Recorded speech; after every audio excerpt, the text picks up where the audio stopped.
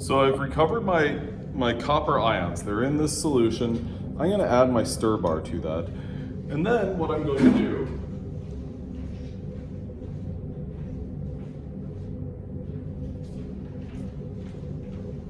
is I'm gonna add zinc to this.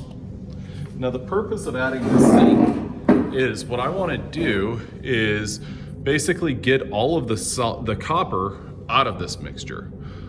I'm going to put my stir between 60 and 200. I don't need it to go too fast.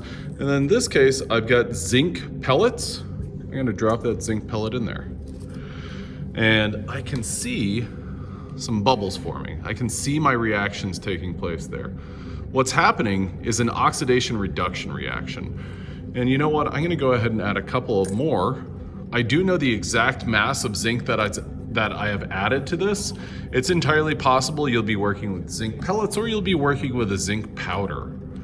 What I'm gonna do is I'm gonna stir this so that I can make sure my reaction's taking place. I'm gonna let this go for probably, I don't know, at least 5 to 10 minutes.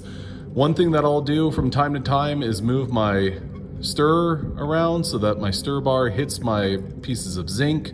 I don't need to heat this. I simply don't need to heat this. What I'm trying to do is get this zinc to be oxidized and then my copper ions to be reduced. Those copper ions, when they're reduced, they will gain electrons and they will precipitate out of solution. So if you look very closely at your zinc pellets, they're kind of turning black. They're basically changing color. And it's not so much that they're changing color, but rather that solid copper is forming on the surface of those pellets. I'm gonna continue making this take place. I've got excess of my zinc that I need. I'm gonna kind of make my stir bar basically push those pieces of zinc around to make sure that that reaction keeps going.